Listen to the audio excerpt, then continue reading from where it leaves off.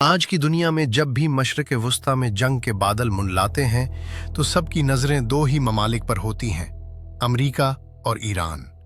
अक्सर लोगों के जहन में ये सवाल उभरता है कि आखिर अमरीका ईरान पर हमला क्यों करना चाहता है, या ये कशीदगी ख़त्म क्यों नहीं होती।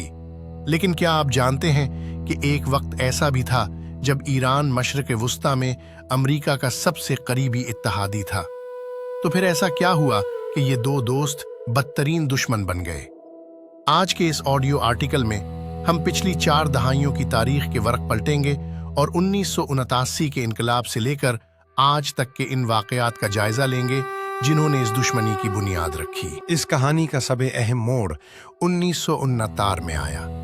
इससे पहले ईरान में शाह ईरान की हुकूमत थी जिन्हें अमरीका की मुकम्मल हिमायत हासिल थी, लेकिन ईरानी अवाम शाह की पॉलिसियों और मगरबी असर और रसूख से नाला थे। फिर आयतुल्लाह खुमैनी की क़यादत में इस्लामी इनकलाब आया जिसने शाह का तख्ता उलट दिया। यह सिर्फ हुकूमत की तब्दीली नहीं थी, बल्कि ये खित्ते में अमरीकी असर और रसूख का खात्मा था।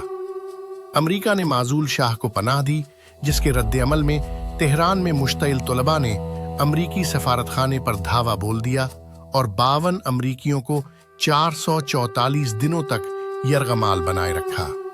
ये वो वाक़या था जिसने वाशिंगटन और तेहरान के दरमियान सिफारती ताल्लुकात हमेशा के लिए ख़त्म कर दिए। 1980 की दहाई में ये दुश्मनी मैदान जंग में बिलवास्ता तौर पर नजर आई। जब सद्दाम हुसैन के इराक ने ईरान पर हमला किया तो एक खूनी जंग छिड़ गई जो 8 साल तक जारी रही। इस दौरान अमरीका ने खुलकर सद्दाम हुसैन की हिमायत की और उन्हें इंटेलिजेंस और हथियार फराहम किए। ईरानी क़यादत के लिए ये इस बात का सबूत था कि अमरीका उनके वजूद को ख़त्म करना चाहता है।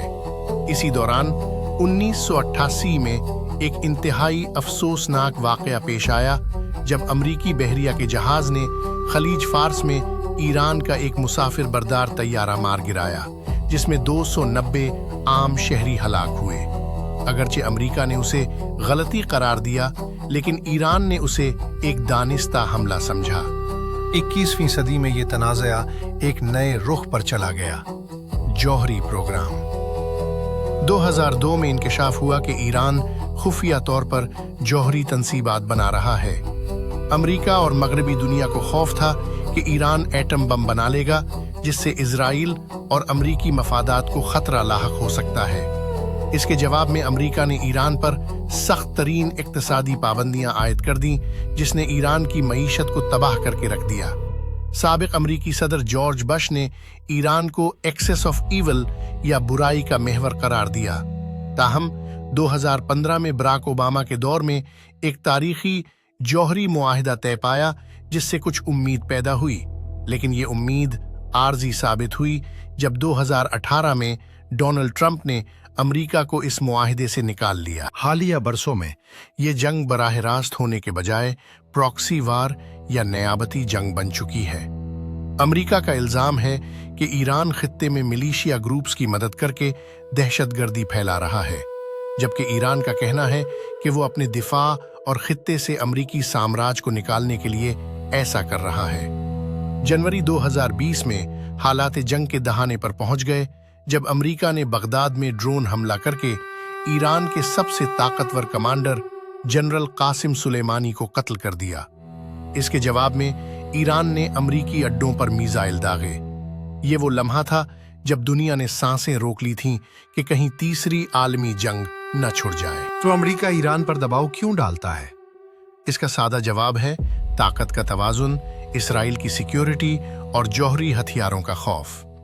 आज भी दोनों ममालिक के दरमियान शदीद बदअतमादी मौजूद है। जब तक माजी के ये जख्म नहीं भरते और सिफारती रास्ता नहीं अपनाया जाता, मशरिक़ वुस्ता में ये तारीखी कशीदगी बरकरार रहेगी और जंग का खतरा मनलाता रहेगा।